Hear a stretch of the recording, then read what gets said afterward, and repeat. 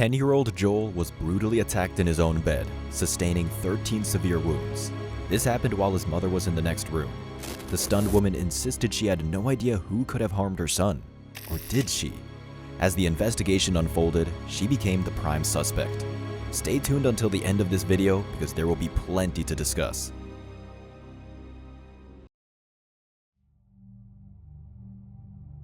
At 4:30 a.m., Julie Rea-Harper, frantic and terrified, ran out of her house to her neighbors for help, claiming that a masked intruder had broken into her home, attacked her, and abducted her son, Joel. Alarmed, the neighbors immediately called the police. When officers arrived, they quickly surveyed the house, finding broken glass and bloodstains on the back door. Inside, a deputy sheriff discovered a bloody knife on the hallway floor. In the child's bedroom, an officer found Joel lying on the floor between the wall and the bed. Joel was still alive, prompting the officer to call for an ambulance right away. He had sustained more than 10 deep wounds, critically injuring vital organs. The cuts on his hands indicated that Joel had been conscious and fought fiercely against the attacker. The scene was truly heartbreaking. The ambulance arrived within minutes, but it was already too late. The crime was so horrific that every officer at the scene was left in disbelief. But no one felt the impact more than Joel's mother, Julie. Joel Kirkpatrick, her only child and her entire world. She adored him and considered him the most precious gift from heaven. In an instant, he was taken from her. Detectives immediately set to work, determined to bring the perpetrator to justice and ensure they received the maximum penalty. Julie recounted that she had been asleep in her bed when around 4 a.m. she was awakened by her son's screams. Initially, she thought Joel was having a nightmare. She got up and went to his room, but as she approached, the door suddenly flew open and a masked man burst out. A struggle ensued, and Julie was knocked to the ground.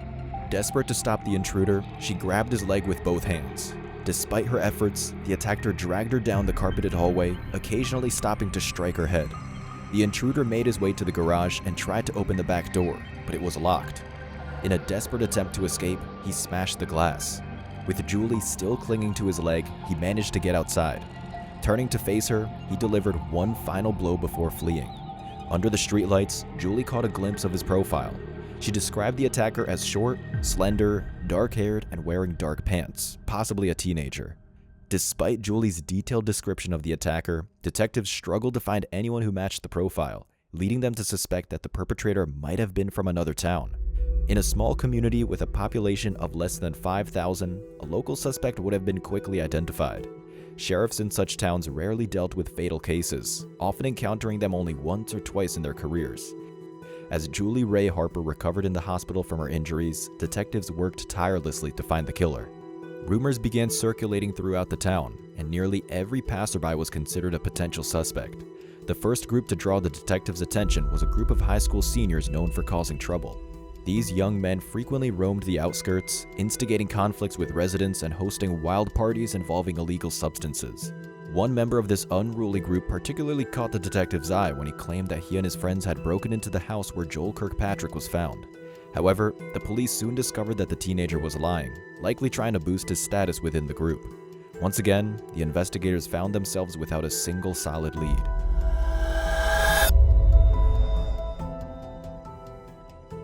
The morning after the incident, the mother of the 10-year-old boy dared to entertain a horrifying thought. What if the father of the child was responsible for the crime?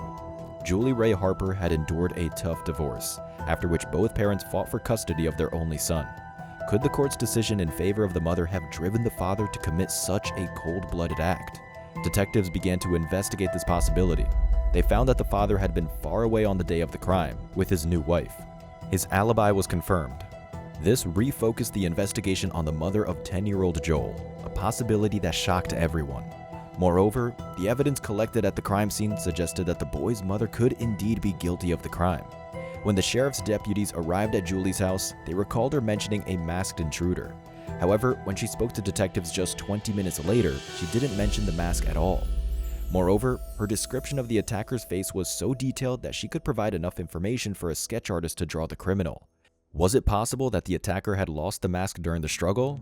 No, as no mask or anything similar that could have been used instead was found in the house. Secondly, before leaving for the hospital, Julie suddenly asked whether a knife had been found. She had not mentioned anything about a knife before, and she was unaware that Joel had been attacked with one. Julie didn't even know Joel was in the house. She only found out in the hospital. Additionally, there's a curious third point. Why did Julie assume her son had disappeared with the criminal? According to her own account, she hadn't entered the boy's room and was attacked outside his door. There were clear inconsistencies in Julie's story that raised suspicions. When local residents learned of the horrifying possibility that Joel's own mother could have attacked him, it shocked everyone, dividing public opinion. The police suspected that Julie had her own reasons for preventing her son from living with his father and thus decided to attack him. Local authorities alleged that Julie Rea staged the presence of a third person in her home. Despite Julie's insistence that the house's doors were closed, there were no signs of forced entry on the locks, doors, or windows. Additionally, the back door's glass was broken from the inside, with a drop of Joel's blood on it, which did not provide any information about the intruder.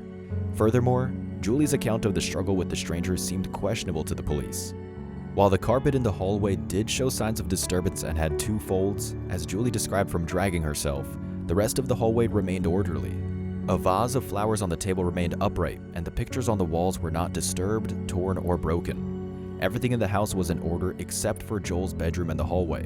Another strange detail was that the intruder did not bring his own weapon. The knife he used belonged to the homeowner and was placed as if deliberately positioned in front of the victim's room.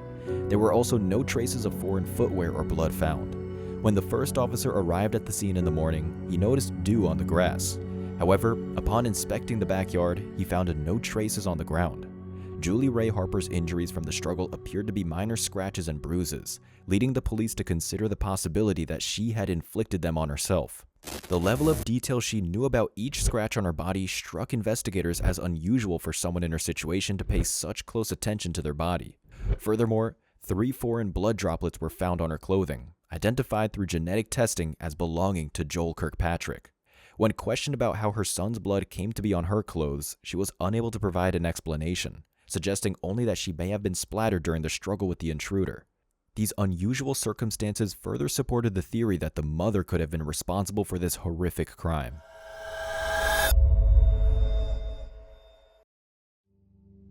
As each detail unfolded, detectives found themselves drawing closer to Julie Rea-Harper.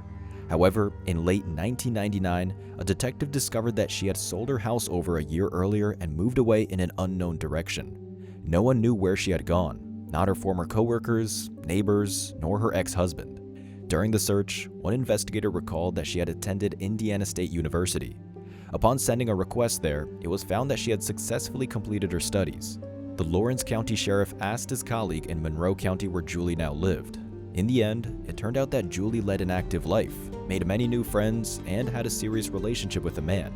Her departure from Lawrenceville had made her a wealthy woman. From the sale of her house and the insurance for her son's death, Julie received over $500,000. After receiving this information, investigators started to question if they had missed something crucial.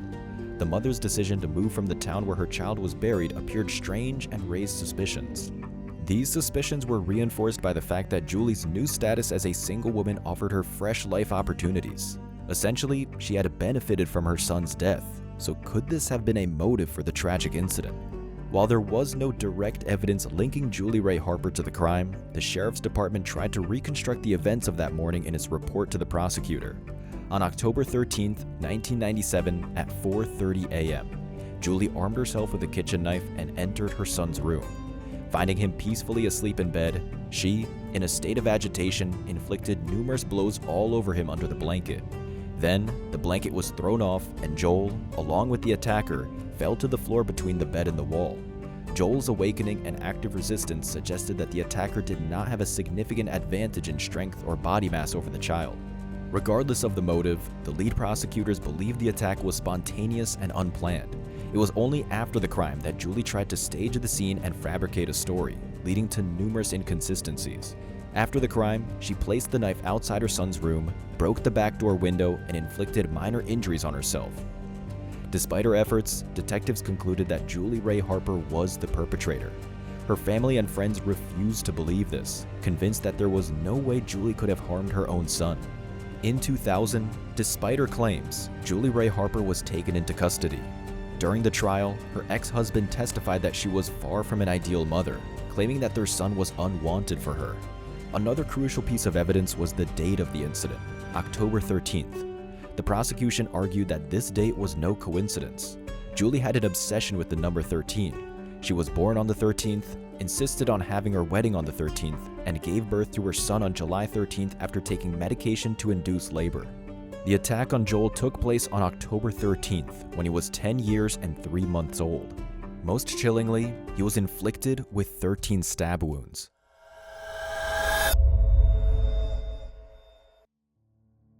On March 19, 2002, the court found Julie Rea-Harper guilty of the charges against her and sentenced her to 65 years in prison, which in Illinois is equivalent to a life sentence. I have a lot of support. I have a lot of people who know me and love me. Prosecutors were confident they had convicted the right person, but Julie's family and friends believed they were witnessing a severe miscarriage of justice. They felt that not only had Julie been wrongfully convicted, but that the real criminal was still at large, capable of committing another terrible crime. Julie, despite the verdict, adamantly denied her guilt, insisting that an unknown masked intruder had committed the crime. I mean, I'm not gonna lie and say I did something I didn't, and I most certainly am not gonna disrespect the integrity of Joel's life and my life and what we are and who we are. If Julie's claims were true, she was enduring a real-life nightmare.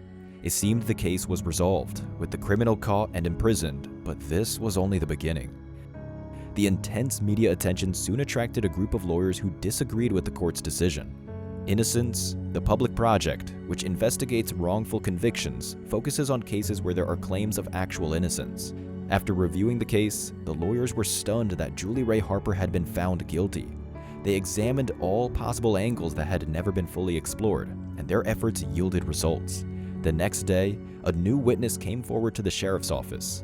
Since the case was already closed, the sheriff initially showed little interest. However, when the man revealed that he had personally interacted with the real perpetrator of the tragedy, the police decided to listen.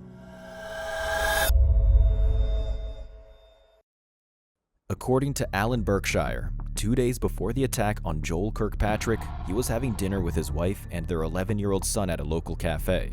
An unknown man walked in and approached the arcade games where his son, Rusty, was playing. The man looked to be around 30 years old. He was probably 5'9", 5'10", and about 155 to 150 pounds. Alan and his wife, seated about 15 feet away, watched closely. The stranger tried to start a conversation with Rusty, but when the boy ignored him, the man placed a hand on Rusty's shoulder and said, "You're scared of me, aren't you? Maybe you should be. Maybe everyone should be terrified when I show up." After making this unsettling remark, the man abruptly left the cafe, leaving Alan no time to react. Alan noted that the man seemed drunk, disheveled, and clearly not a local. When the attack on Joel Kirkpatrick happened, Alan immediately reported the cafe incident to the local sheriff's department, but they dismissed his account as insignificant. Innocence Project investigators then found another witness, a woman who worked as a cashier at a bus station less than 40 miles from Lawrenceville.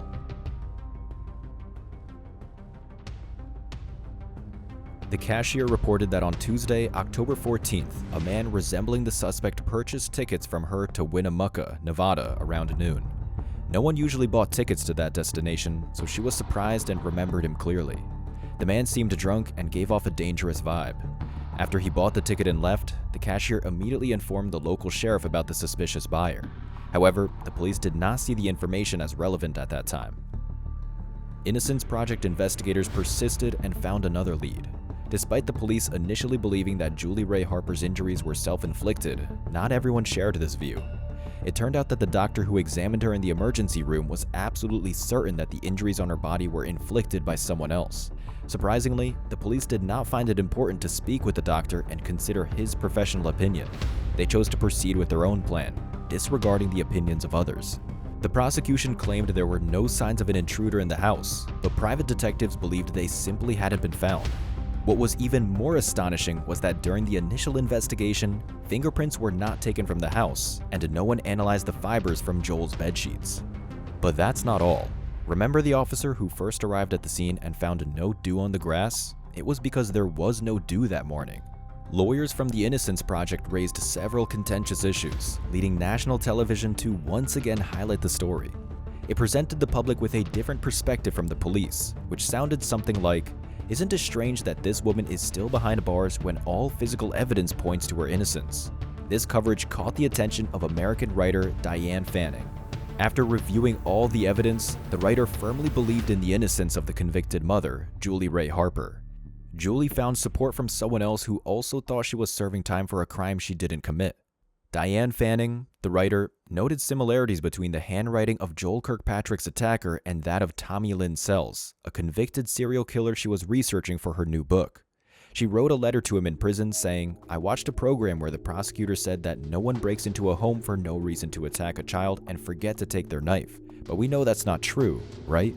The prisoner's response was ambiguous. He replied, "Did that crime maybe happen a couple of days before the crime I committed in Springfield, Missouri? Did it maybe happen on the 13th of the month?"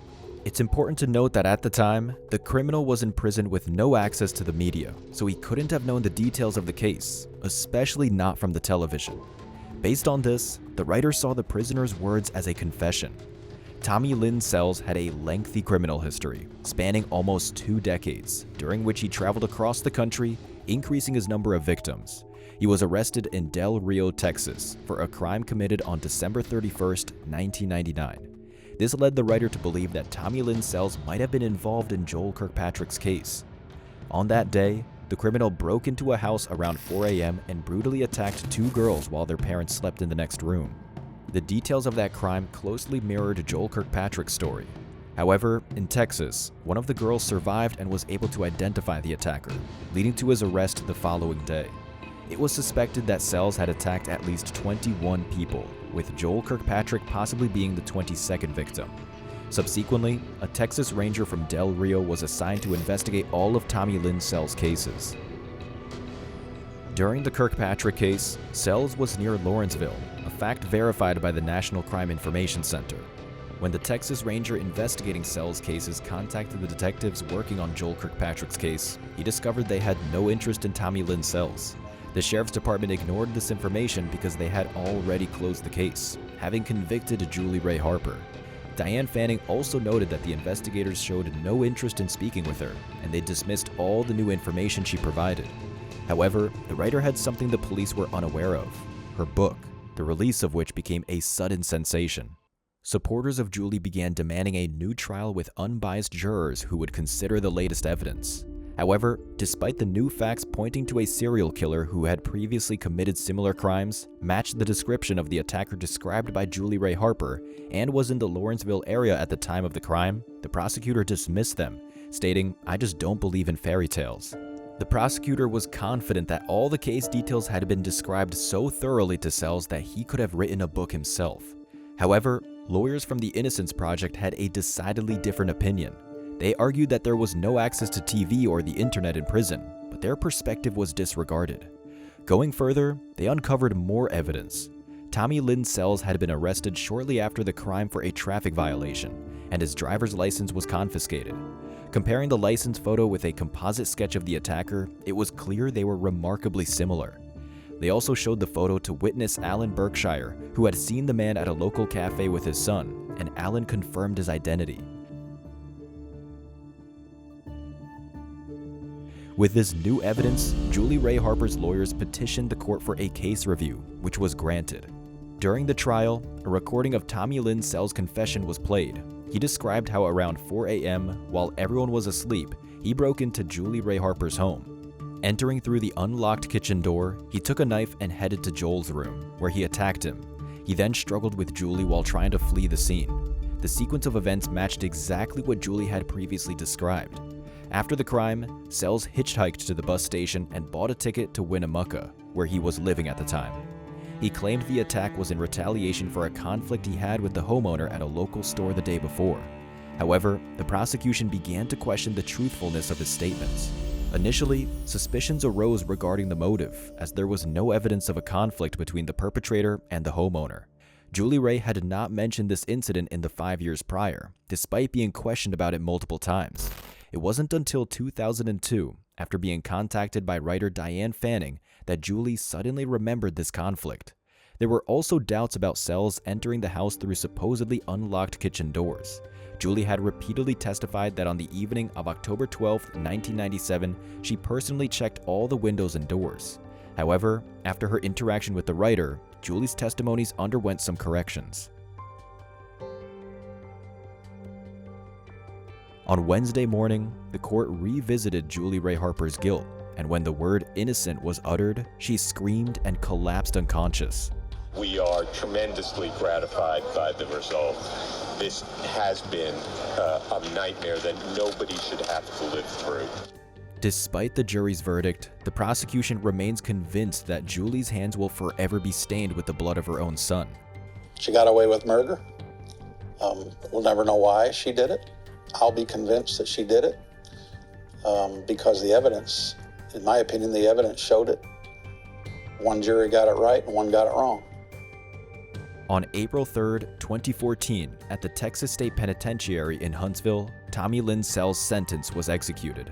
After serving 4 years in prison, Julie Rea-Harper received compensation of $87,050 from the state and currently resides in Tennessee, where her parents live.